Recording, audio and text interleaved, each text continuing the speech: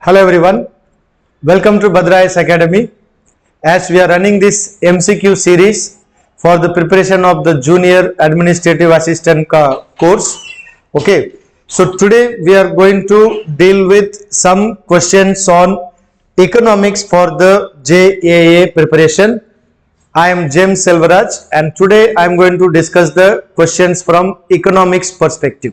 Okay, so now when we talk about JAA preparation from economics point of view, कैसे वाले questions आ सकते हैं, how to prepare. So that's what we are going to discuss about this today. So if you look at, like for example, I have given a question in the new series of national income, okay, which is the base year 2011-12, which of the following are included in India का GDP?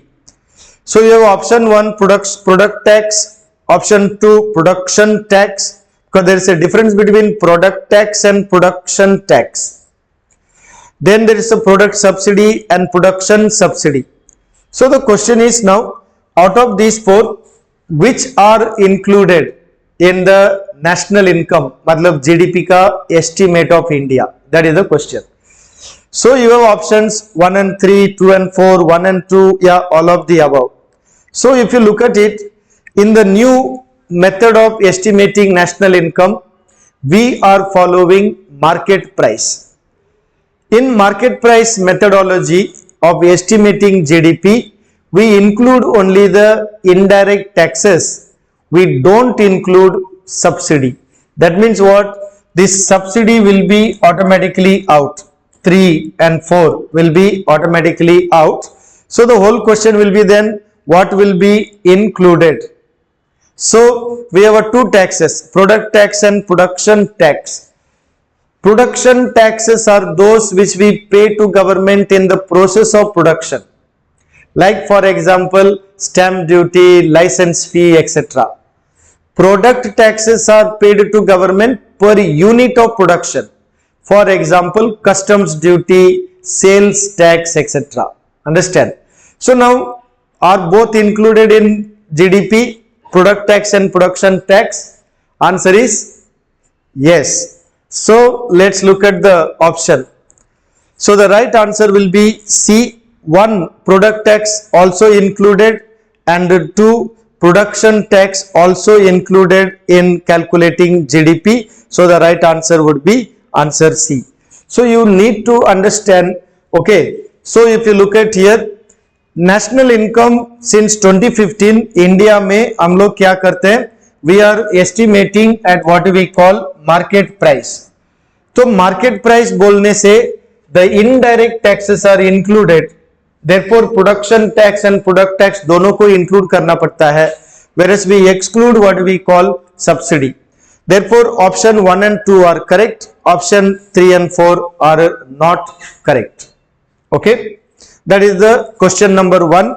So you see, this is how we have to prepare for exam. We need to understand the concept. From there we need to solve the question.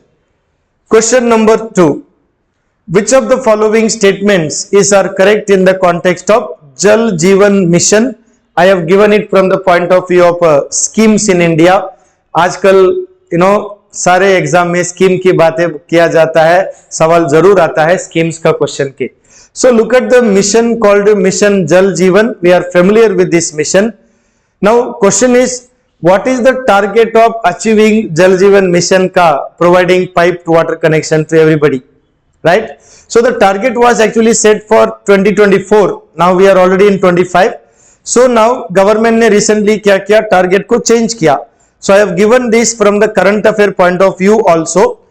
To achieve 100% coverage, government has extended the mission ka target until 2028. Is it right or not?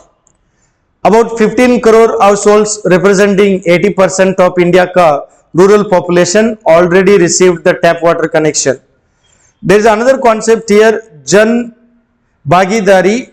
This is the initiative to bring transparency in the execution of the projects where citizens can see the work and projects also. Right? So which of the following statements are correct? Okay, so if you look at the answer, all the statements are correct because this is the current affair. So I have given all the statements correct only, and the details also I have mentioned here. Since 2019, 15 crore people have been given tap water connection, and also government increased the target till 2028, and budget also they have increased to 67,000 crore. Okay, so this is the explanation for that same question. Okay, question number 3. This is about fiscal policy and the concept of tax, where we talk about the GST. Now, as you may be familiar or not familiar, I don't know, GST has 3 types we can talk about generally. We have a central GST called CGST, we have a state GST called SGST, and we have a integrated GST what we call IGST. Now ये जो सवाल मैंने दिया है practice के लिए, it is about the IGST. Now which of the statements are correct? मतलब who imposes IGST? It is levied by the central government. Yeah, it is levied by the center and state both, and it is levied only on interstate का transaction. Yeah, it is levied on intra-state का transaction. So a little tricky question, right? What is the IGST? Who imposes IGST on what? So if you look at the idea of IGST, IGST is imposed only by center, not by the state. And IGST is imposed only when the transaction goes from one state to another state. What do we call interstate? Okay, so intrastate is wrong, center and state also wrong. So definitely, then what is the answer? First is correct, third is correct. As I told you, only imposed by center and also only on interstate. Okay, so GST therefore has 3 types: CGST, SGST and IGST. I basically gave a question on the IGST. Okay, so I have given here explanation. In the IGST, only center imposes the IGST, and that also only when the transaction goes from say Assam to Meghalaya. That is called interstate. अगर transaction सिर्फ असम के अंदर ही होता है, उसमें IGST नहीं आएगा.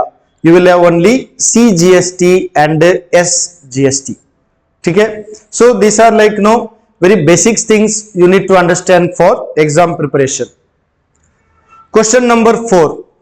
Which of the following is correct regarding Indian currency? This is the chapter on what we call money. So when we talk from the money point of view, which of the statements are correct regarding Indian currency?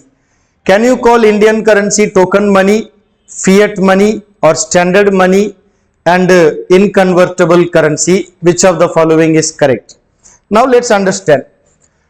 Token money means what? What is the meaning of token? Token means representation. So the paper I hold in my hand, it is written there 500, but actually the paper ka value is 0. Since it is written 500, it has a 500 ka value. Otherwise the paper of 500 and paper of 200, not much difference, isn't it? So now what is the meaning of token money? What is written on the paper 500, it is more than the actual paper ka value. Paper ka value not even 1 rupee, right? If I tear the 500 into 20 pieces, nobody will take that. It is waste, correct? So that is the point. So what is a token? A token money means it represents some value and the paper has no value or less value. What is a fiat money? When you print currency on government authority, not on the authority of gold. Because in the past we printed money by keeping gold stock. Now we are not keeping gold stock. We are keeping minimum reserve. Then who is the guarantee for the money? Government. So printing money on government authority, that is called fiat. What is standard money? Third one. Standard money is where paper में लिखा है 500 और paper का भी value है 500. मतलब you can use it either as money because written there 500, or you can use it like a commodity like a small paper. That paper itself has 500 ka value. In such case, that money can be called a standard money. So Indian money, can you call it a standard money? No, because it is written there paper made 2000, but paper ka value is 0. Right? It has no value only. It is just a printed color, just that's all. Right? It is inconvertible. It means what? Can you convert your money, मतलब give it back to RBI, फिर RBI governor को बोलो ये लो तुम्हारा 2000, मुझे 2000 का gold दो. Is it possible? Not possible. So रुपये में लिखा है पेपर में, करेंसी में, I promise to pay the bearer the sum of the same amount of money. 50 rupees में 50 लिखा है, 100 में 100 लिखा है. It is not written there, I will give you half gram gold, 1 gram gold, वैसा नहीं लिखा है, isn't it? So we cannot convert our money into gold, therefore it is inconvertible currency. So what is the answer? So the answer is only 1, 2, 4. That means what I told you, our money is not standard money, whereas other things are correct. Okay. So that is the point here. Token money, what is written here, the face value, it is greater than the actual paper ka value. In standard money, written 100, paper also will have 100 value. Matlab if you tear the paper, still you will get 100 rupee. Matlab the paper ka sale will get money. That's the meaning of intrinsic value. Okay. Earlier we had gold coin, silver coin. That value of the coin was same as the, what we can say, face value. Now we don't have the standard money anywhere. Okay. So this is the same explanation. Let's go to question number 5. Which of the following is or part of the capital account of BOP, balance of payment? So if you look at here, coal export, software export, foreign direct investment, what we call FDI, external commercial borrowing. Out of these 4, which are coming under what we call BOP में capital account? That is the question. So if you see here, coal export, software export, they both come under not capital account, they both come under current account. So 1 and 2 are not in the capital, whereas foreign investment, borrowing money for business purpose from foreign country, 3 and 4 come under the capital account. So the answer would be 3 and 4. So if you look at here, we have a BOP में current account and capital account. Okay.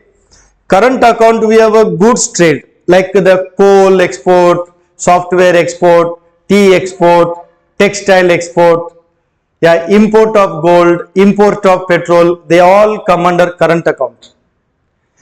Capital account we have a investment, either FDI, FII, borrowing, bank deposits, all that. Bank means foreigner investing or NRI putting money in the bank. So if you see here the chart, capital account may we have investments, that is the same thing, external borrowing, and also we have external assistance like government gets money from foreign government, etc. So these come under the BOP ka capital account. Okay. So the same thing I have given here explanation. So the answer, as I explained to you earlier, answer is only 3 and 4, because 1 and 2 are part of what we call current account. Question number 6. Which of the following statements is are correct as announced in budget 2025-26? I try to give you an idea. When you are preparing for JAA, you have to look at the latest budget and the latest economic survey, which I normally teach in the class for regular students, right? So now if you look at it here, which of the following statements are correct as per budget 25-26? Gyan Bharatam mission is a special mission for survey of documentation and conservation of what we call India ka manuscript heritage. Okay. That means our old manuscripts, they are going to document, survey and make a list and all, and they will keep it properly. So it intends to cover more than 5 crore manuscripts. Is it right or not? Okay. The government will set up a national digital repository. That means they will keep all this collection in a digital form. Okay. So which of the statements are correct according to budget? That is the question. So second one is a problematic. Okay. So if you look at the answer, only 1 and 3, because it is not 5 crore, it is supposed to be 1 crore. Okay, so what is wrong with that statement? This 5 crore is wrong. It is just 1 crore manuscripts they are planning to digitize and survey and document and keep. Okay, so this is all what we can say current affair related questions. Question number 7. This is what we call foreign trade, India ka globalization, okay, related topic. Which of the following statements are correct in the context of the new one? Indo-Pacific Economic Framework for Prosperity. So the first statement, the Indo-Pacific Economic Framework for Prosperity was launched in 2022. Is it right? It had 14 members in 23 soon after launch. India and China are also members of IPEF. IPEF is based on 4 pillars. Which is correct? Okay, so if you see here, statement 1 to correct, it had 14 member also correct, but China, is it a member of IPEF? Is China member of IPEF? Answer is no. China is not a member. It is based on 4 pillar. Yes. Okay. So if you see, option 3 is wrong. India is a member, but China is not a member. Okay. So this is the IPEF launched in May, that is 2022. Our Prime Minister and American President also came for that. Okay. This is the White House ka publication where they put that they launched the IPEF. So we have 13 plus 1, 14 countries are there. Okay. But in the list you see, China will not be there because China is not there in the IPEF and it is based on 4 pillar. Trade pillar, supply chain pillar, that's a clean energy, tax and anti-corruption. So the thing is China, that option is wrong. Question number 8. Here I have put some question, related to Assam.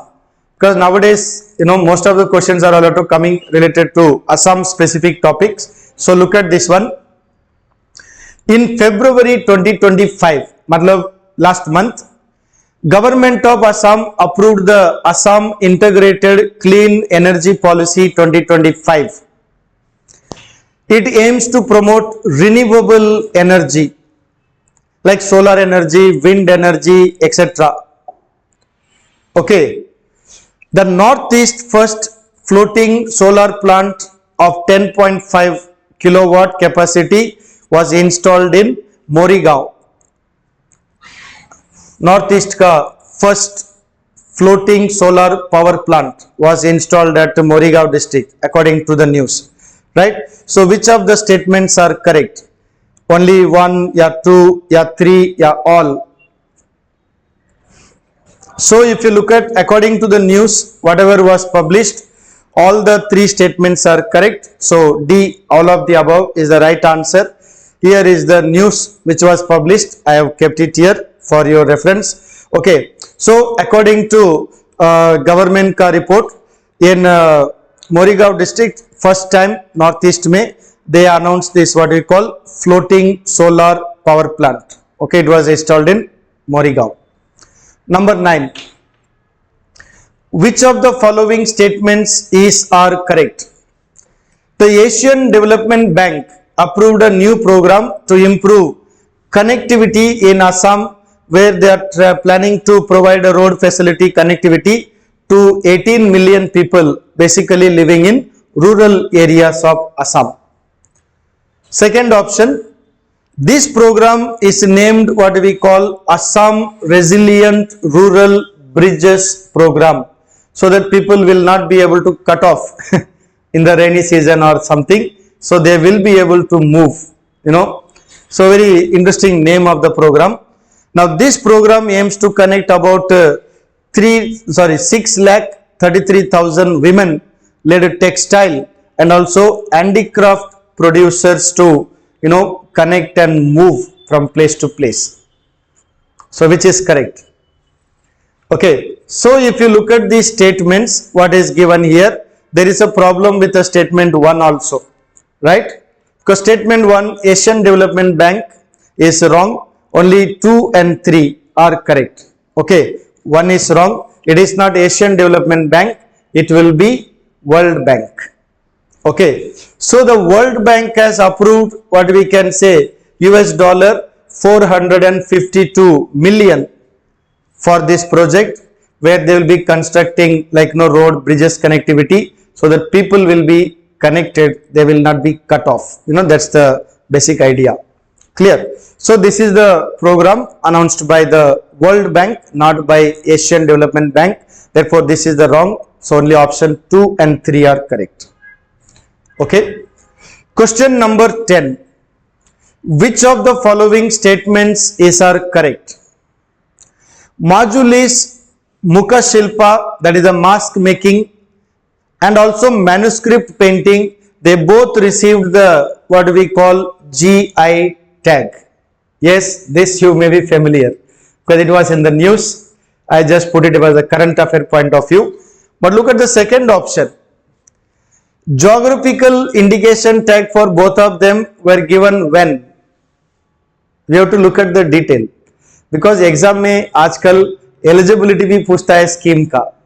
So just knowing, yeah, they both got the GI tag is not enough. When did they get exactly? They got it in March 2024, last year. Exactly now 1 year. Now GI tag is generally valid for 25 years and that can be renewed. What do you say? So there is a problem. This is not correct. The 25 year is not correct. So your answer would be only 1 and 2 are correct. What is wrong with this 25 year? It is 10 year only. So इसका मतलब क्या है? जब हम GI tag का registration करते हैं, certificate मिल गया, मतलब वो सिर्फ 10 साल के लिए रहेगा. उसके बाद उस सर्टिफिकेट को रिन्यू करना पड़ेगा to maintain the GI tag. So it is valid only for 10 year. So if you look at it, this was the big news in newspaper, that is the mask making and the manuscript art from Assam, Majuli district, they both got a GI tag. It was the recognition of Majulika cultural heritage. And I have given here little explanation from whatever news I found, that this Mukha Shilpa, yeah, manuscript painting, they were all promoted or developed from our Srimant Mahapurush Srimant Shankar Deva ka inspiration and his connection. So this is what the news says, that Mukha Shilpa, ancient craft integral to Majulika cultural heritage, traces its roots to Saint Shankar Deva, who introduced the new Vaishnavism and integrated various art forms like mask making, etc., etc. Okay, so these are some news. Therefore you see, going into details of the schemes and programs and awards, very, very important. Just knowing, okay, some award is given or some GI tag is given. Now again, I have not given here option. Like I can ask you, now GI tag is given to all this. Who gives? Which ministry, which department gives the GI tag? Suppose exam में ये आ गया, तो हम कैसे answer देंगे? That is where we need to study a lot, read a lot. Okay, so I have given these 10 questions today for our discussion to give an idea when you are preparing for the exam JAA, what are the possible questions. Okay, so we are planning to launch a course, full-fledged course for JAA from 17 March 2025, that is this month, few more days left. Okay, so book your seat to prepare well and to crack the exam in one shot. Okay, for any query, any information you want, you can also contact 8638391721 for any query that you have for the admission purpose or whatever.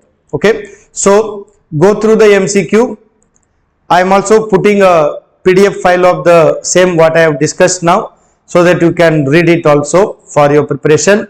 So prepare well for the JAA. Okay, all the best for the exam.